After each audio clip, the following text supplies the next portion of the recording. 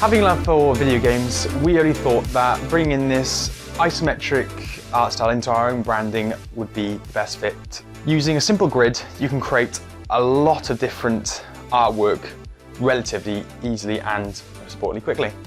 As I'm one of the main illustrators here at Pixelhaze, it's up to me to create a lot of the artwork for social media, campaigns, a lot of things to do with Pixelhaze. So we wanted an art style which was easy enough to replicate and first off, it was cool.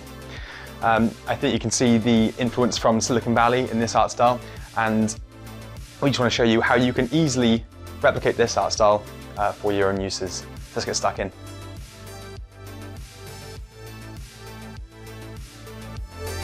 So if we refer to the illustrations I've created for the Pixelhaze Store, Academy and the studio, you can see that all these illustrations have been mapped out to a grid. If I turn the grid layer on, you can see the fate lines of the grid that I've mapped this precisely to. Now, a lot of mistakes I've seen in the past when people have tried making isometric illustrations is that they've tried creating this art style without a grid at all. And when you're working with a lot of different buildings or a lot of different illustrations, when you zoom out, the perspective all just looks very skewed because you're obviously just doing it by eye and it just doesn't map out correctly. So in order to get this isometric style bang on, you need an isometric grid. So in the description below, I'm going to link this isometric grid. You can feel free to use this wherever you please. As I create this illustration, I'm going to make sure that I'm connecting the points on here so that everything is from one single perspective. It's not skewed, it's all clean cut. I've selected 5 different colors from colorlovers.com, and we're going to use these when creating our buildings. So if we start off, I'm going to use Control plus or Command plus, depending on if you're Mac or PC, to zoom into the file. And then I'm going to use the pen tool. I'm going to start clicking from corner to corner. So first off, we're going to make the first wall. So all I'm doing is I'm literally just connecting the points on this grid. So first off, we're going to make a large cube. So this will be the starting point for our building. What I'm going to do is I'm going to copy all these. I'm going to get rid of the solid interior just so we can see what we're working with. I'm then going to make a little bit of a building coming off the side of it. So again, just following the grid, respecting the grid.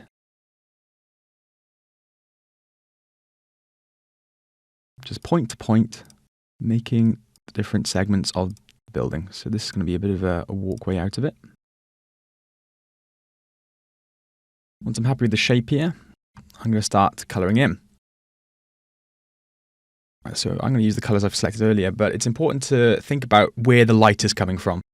So I'm going to create a quick sun up here. I'm just going to make that yellow. So this is the sun. I've just got to think, where is the light coming from? So if the building's here, this part is going to be darker than the top parts because the sun will be reflecting on top of the roof. So what I'm going to do, using the darkest colour, which is this almost burgundy pink. I'm going to make sure that they're that colour. Then if the building's facing almost towards the sun a little bit more, it's going to be lighter. I'm going to select these parts. A lighter colour. And on the top then, this is where the most light will be coming through. So that's where we can get the lightest colour. So it almost creating a little bit of shading on top of there. Keeping it very blocky, very clean. And you can see this is slowly starting to take shape. Now that's just the outline of the building. I think I want to start going into the details of the building. So I'm going to scroll in using Control or Command plus. And then I'm going to start joining up the dots here. So that's where the grid was. So rather than just following the lines, I'm still connecting the points, but I'm actually just cutting across. So you can still do this to achieve things like roofs and slides. But it's still, because I'm matching it point to point, it's still replicating the grid. So still getting that isometric feel to it. You can see there I've got a bit of a roof coming down. Because I've created this once, I can actually look at replicating it. Because I'm not shrinking it down or anything like that, it can just stay like that. And it all maps out to the grid. So what I just did there is I selected the 3 different parts that create the cube. I grouped them together by highlighting them, clicking right click, then grouping. And then I clicked Control Copy, Control C, or Command C, depending if you're a Mac, and then Command F then to paste it exactly on top. So it's just made a perfect copy in the same place. Then holding Shift while I drag it across, it snaps onto the same axes, so that if I were to just hold Shift it across, you can see it's moving away from the grid and it's sort of breaking the nice clean style we're going for. So what we're going to do is holding Shift, it keeps it on the same axes. That's where, rather than rebuilding the same shape over and over again, you can copy and paste them like so. So the colouring is what I probably do in the last part, because I've put myself into a bit of a corner now because I can't actually see the grid. So what we're going to do, let's see if I want to go into more detail. I'm going to copy and paste this block, map it to the grid. We're then going to make it transparent so I can still see the grid behind, and then we're going to start going into more detail. So what would we have on a building like this? We probably have a door.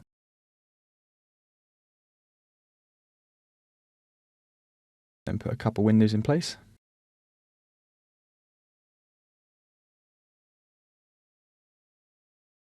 You know what, we're not going for the window, we're going to go for a roof on top. So we're going to find the midsection, which is here. So it might look a little bit skewed, but you can see that that's, if we look at the cubes here, we've got 1 square here, 2, 3, 4. 4 divided by 2 is 2. So we put it in the middle like so. Find that midpoint. And then we can copy and paste this part across.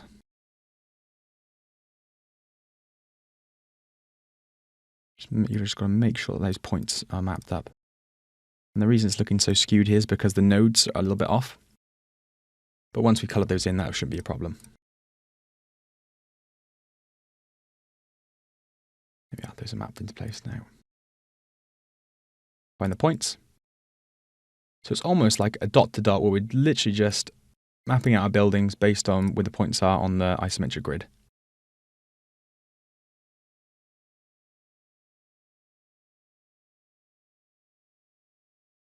What we do then is we're just going to have a couple of buildings coming from behind.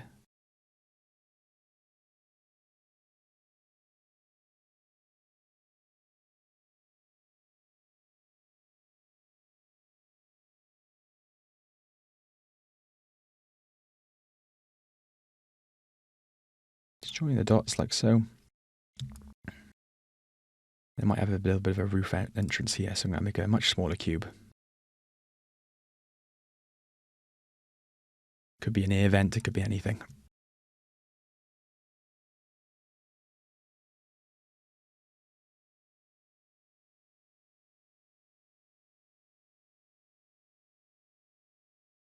And again, then applying these same colours. So just finding these sections, so that's where the light's touching it the most. So we make that as the lightest orange. We think about where the light's come from next. Which is the darker orange.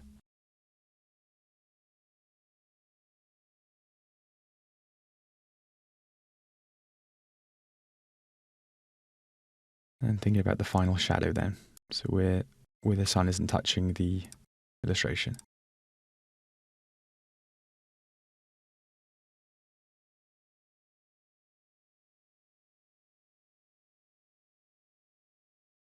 Some of these parts, so say the window and the door, I probably want to find a different color which just makes them a little bit more clear.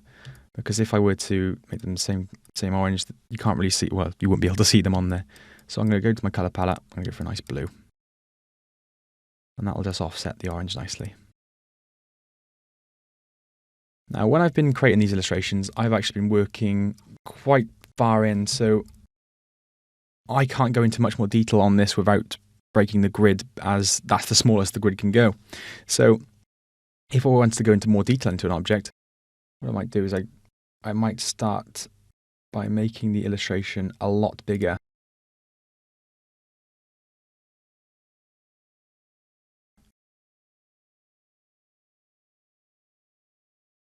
So say if this is just that panel there, what I could do then is look at making things like a door.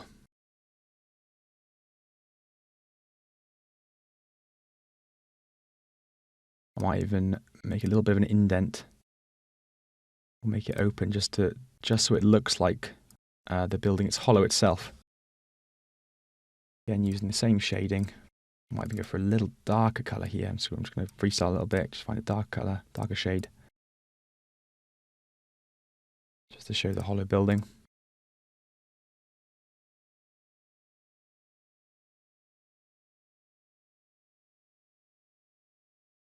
I'm going to match this so it's a square, the same as that smaller illustration.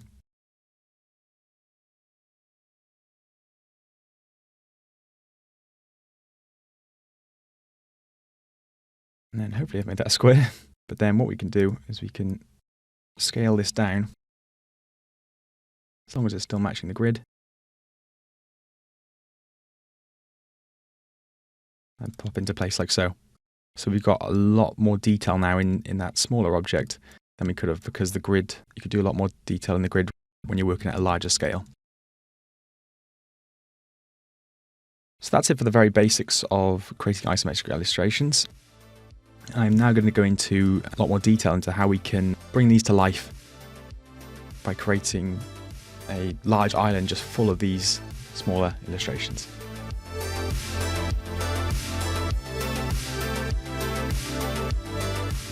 The great thing about isometric illustration as well is that you don't have to strictly keep to these cubes. As long as you're hitting the points on this chart, you can pretty much make anything. What I tend to do, if I'm going into smaller details, say perhaps I want to make a tree or a hedge, what I'll do is I'll make it on a much larger scale and then shrink it down. You might be thinking, well, how can I make a tree if I can only stick to these sort of cubes here? Well, that's where I go a little bit freestyle and make it quite low poly, as if it was in some sort of PlayStation 1 or N64 video game. To start off with, I'm going to start creating this tree. So just linking the points like so, creating a little bit of texture. You'll be able to see where this is going. I'm just linking the points like so, getting that low poly look. What I'm trying to achieve is a bit of a rounded hedge kind of look to my shape. So I'm just building it up, filling in the gaps when and where as I see it.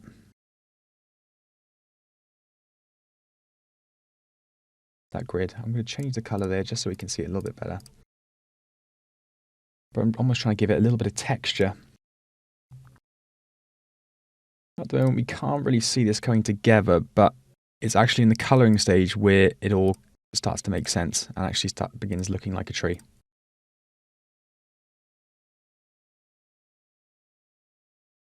Now from here, I'm going to look at the shape and I'm going to go for maybe a sort of a teal, greenish sort of teal kind of color, and I'm going to base it on then that. So looking at the sun again, where is the light coming from? So it's coming from the top right. So how am I going to make this look like it's a tree with the light reflecting on it? So first off, these two would be a much lighter shade. Then these would be probably a little bit lighter again. And these would be much darker. So I'm just going to speed this up. You see we've got quite a cool little shape there, which could be applied to a plant pot just by putting a simple line down the middle. Now I've used this in some previous illustrations. So here's one I've done earlier. Using this same effect, just working out where the sun has come from and making it go darker and darker as it goes down. Oh, it almost looks a bit like an emerald or something like that. You can see then using that base color, you can then shrink it down and use it for smaller details in the illustration. Almost to look like other branches coming off the design. And then we can look at changing the color of these as well.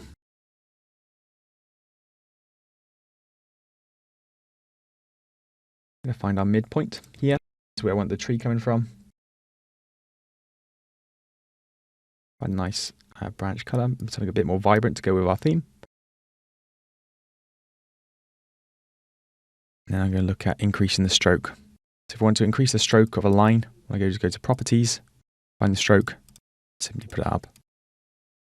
Now, I don't like the idea of this being just a flat cut off there because it kind of goes against our 3D isometric design we're trying to go for. So I would like to curve this out. Easiest way of doing this, rather than messing around with shapes, is by going to stroke. And rather than having like a butt cap, we'll go to a rounded cap, like that. And what we'll do is we'll send that to the back by right-clicking, arrange, send to back. And there's our tree.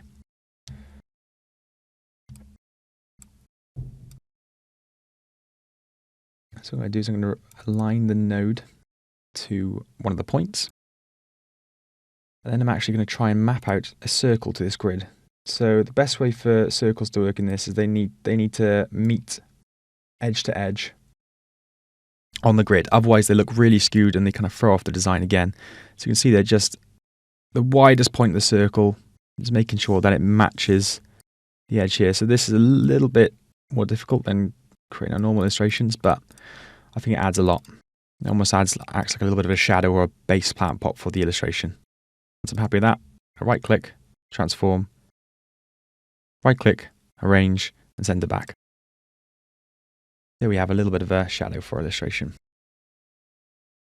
Now the lines, if we're working with lines, they don't matter as much because they're 2D object in this. So as long as you put in them point to point, bending them, these won't affect your design too much.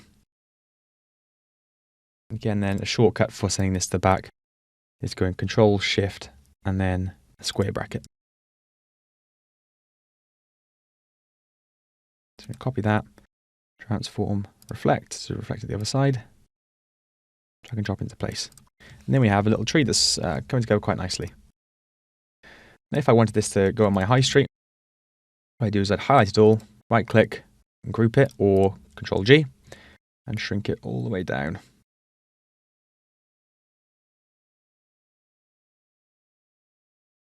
Now, the problem I'm having with some of these illustrations is that the lines are deciding to stay the same size. What we can do is we can either turn them into an object or go into the properties and make sure that the strokes scale when you shrink them down. But for this tutorial, I'm just going to turn them into shapes. To do that, click on Object, Band, OK, and then they turn into shapes. So we can't change them around anymore like we used to, but they still behave the same. Scale that right down. Zooming in. Holding Shift to retain its scale. And then we can copy and paste it and create a few different trees which can go around our buildings.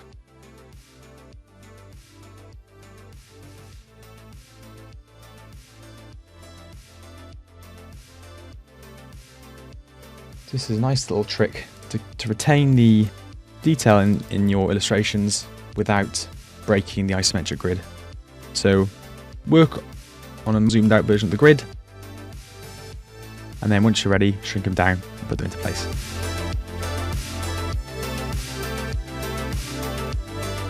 So going into more detail, here's an island I created earlier using the same processes we've just been through.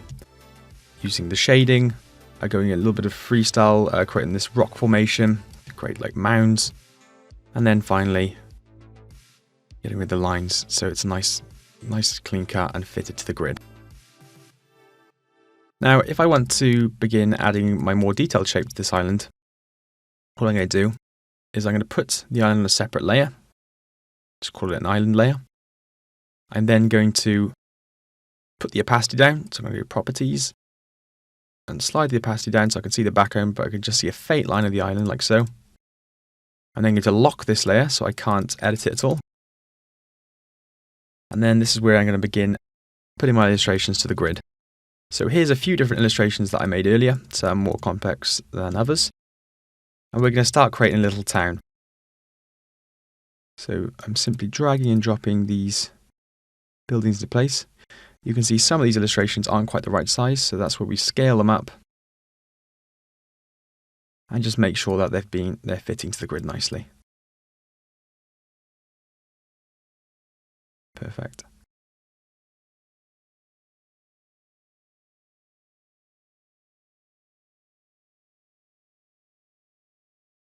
Got some different shapes here, such as spires, things like that you'd see in a fictional town.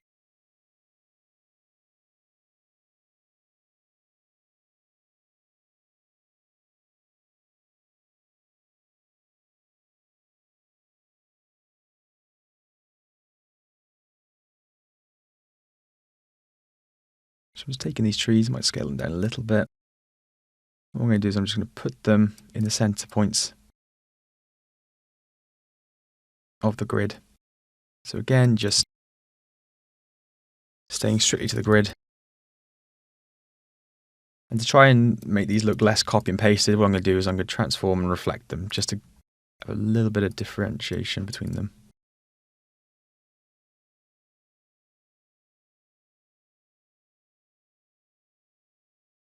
Just copying the buildings, putting them into place like so. Got my warehouse.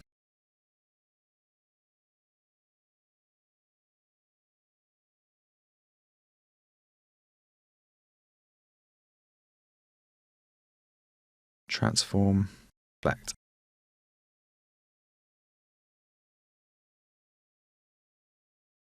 So we've got a main town clock, which fits in with the colour scheme. Rather than going for the blue, I've gone for the orange for this one. You can see for this particular illustration, I've gone to a lot of detail. So I scaled this right the way up, went through, stuck to the grid, like with all these little details, and then scaled this all the way down. So it fits nicely inside of there.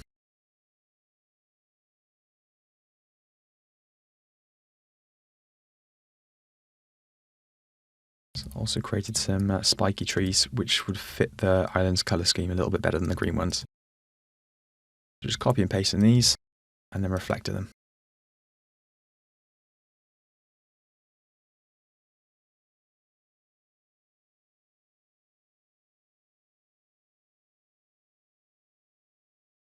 For your island, you might want to create a few more different building types, but for this one, I'm going to just use a few different designs just to show what you can do.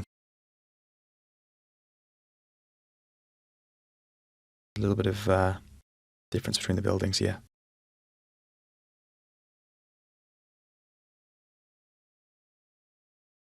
And finally, what I do once I'm happy with how everything's looking, I might start creating some roads. So just using the grid, point to point,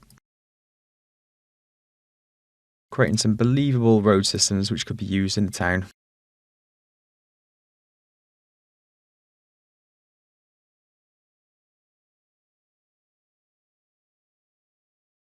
Just to give that a little bit more detail.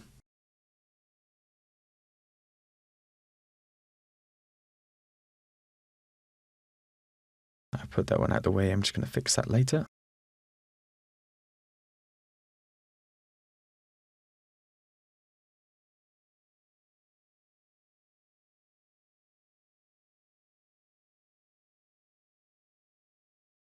I'll try that for now.